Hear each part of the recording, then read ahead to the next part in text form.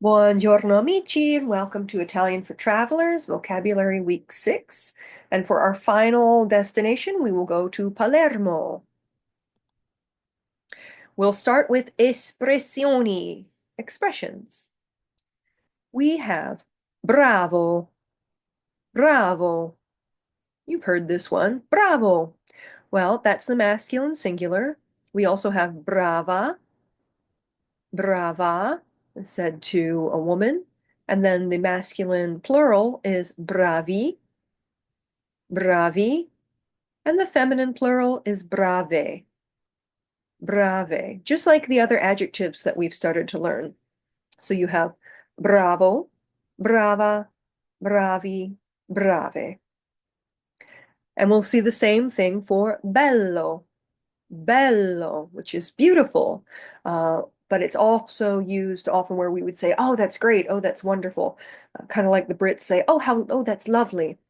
So we'll have bello, bello, bella, bella, belli, belli, and belle, belle. So another O-A-I-E adjective, bello, bella, belli, belle. Beautiful or lovely. Next, we have grande. Grande is excellent or great, literally grand. And the nice thing about this is that grande is both masculine and feminine, so you don't have to worry about changing the ending. It's just grande. Next, we have allora. Allora. You've heard me use this one quite a bit. Allora is just conversational filler. Well then, so then. Okay. Allora. It's equivalent to the French alors. So allora. Next, we have poi. Poi, which is and then. So you can start linking things if you're telling a story or if you're saying voglio mangiare e poi devo andare al cinema, right? So poi and then can link to sequences. Poi. And then we have finalmente. Finalmente is finally. Finalmente. Finally. That's a little distinct from alla fine at the end. But finalmente, finally, works really well as conversational, a little bit of spice. We also have cioè, cioè, that is, and you use this just like in English. Say, okay, I want such and such, cioè, that is, and then you would restate what you were saying. Next, we have a little expression that you can put together with adjectives or nouns to make commentary on things. We've touched on this, and it's che, which is what or how. So if you say che interessante, how interesting. And you can use this with any adjective. Che fantastico, how fantastic. Che orribile, how horrible. And that one's quite a lot of fun. Very versatile. Che, whatever adjective. But you can also say che with nouns. So, for example, che voce, what a voice. Or che tenore, what a tenor. Or che baritono, what a baritone. Che soprano, che soprano, what a soprano. But you can say that about anything. Che macchina, what a car. Che classe, what a class. All right. Now a few more fun expressions. We have non vedo l'ora. Non vedo l'ora, which is I can't wait. Literally, it means I can't see the time. I can't see the hour when such and such. You can say, non vedo l'ora. I can't wait to, and then you could tack on a dinosaur sentence to go back to the hotel or whatever. Next, we have a bit of cheering you could do not at the opera, but at the stadium. We have Forza, Forza, Forza. And so you could say Forza and then the team name. So it's go, go, go, go team. Forza is like strength. Forte is strong or loud. Forza, you're yelling, strength or strong or go, go, go to your team. So Forza Seminoles, for example. Next, we have Evviva, Evviva, which is up with, and it's opposite abbasso, abbasso, down with. So we might say Evviva Seminoles, abbasso Gators. I'm not taking a side, it's just an example. Evviva and abbasso. So not too much with Palermo because we've done so much in prior weeks.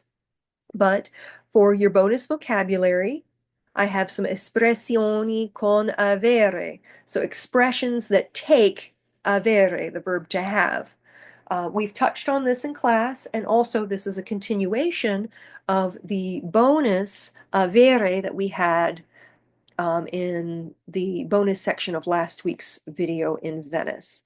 You remember the verb avere, to have? Well, we use to have with a lot of words in Italian that you might use I am to be in English. So, for example, let's take fame, hunger. You would say ho fame. I have hunger. You wouldn't say I am hungry. You'd say ho fame. I have hunger. So let's go through that list, knowing that those take avere. We have fame, fame, hunger, as in famished. Sonno, sonno is sleepiness. Note that it's two N's and it's a more open sound. Sonno, it's not sono, it's sonno, sonno. Then we have sete. Sete is thirst. And then anni. Anni are years. So instead of being 41, I have 41 years. So I'd say ho 41 anni. I have 41 years. Anni, years. Also important that it's a double N. Give that anni a little bit of stress. Next, we have caldo. Caldo, which is heat. So if you are overheated, ho caldo. I have heat. I'm hot. It's like scald. And then freddo, freddo, cold. Paura di is fear of. So, for example, ho paura di serpenti. I have fear of snakes. I'm afraid of snakes. We have ragione, ragione, which is rightness or correctness. So if you are correct, you have reason. Ho ragione, I have reason. I'm correct. I'm right. As opposed, don't confuse this with regione, which is region, like Tuscany is a region, but ragione, ragione is reason or correct. So, ho ragione, I'm right. Its opposite, ho torto. Torto is wrongness. Torto. So, ho torto, I'm wrong. Ho ragione, I'm right. Torto is something you don't want to have, whereas torta, cake, you definitely want to avere cake. You want to have cake.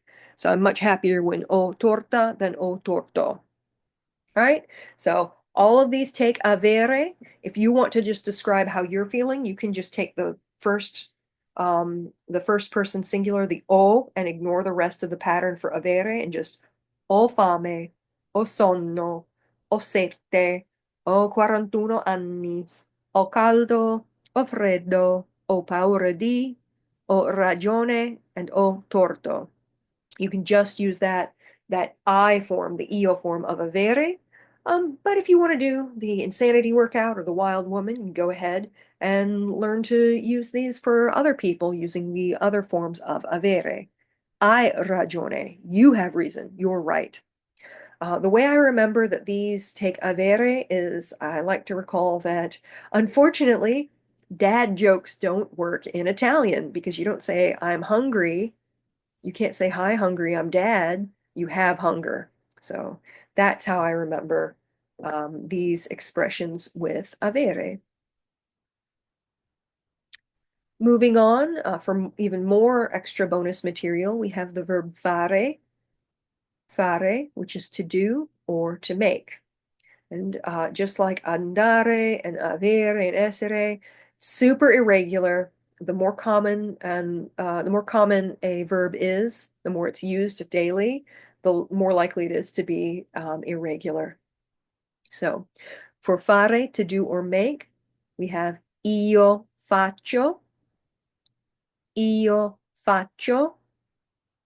tu fai, tu fai, lui fa or lei fa, noi facciamo, noi facciamo, voi fate, voi fate, and loro fanno, loro fanno.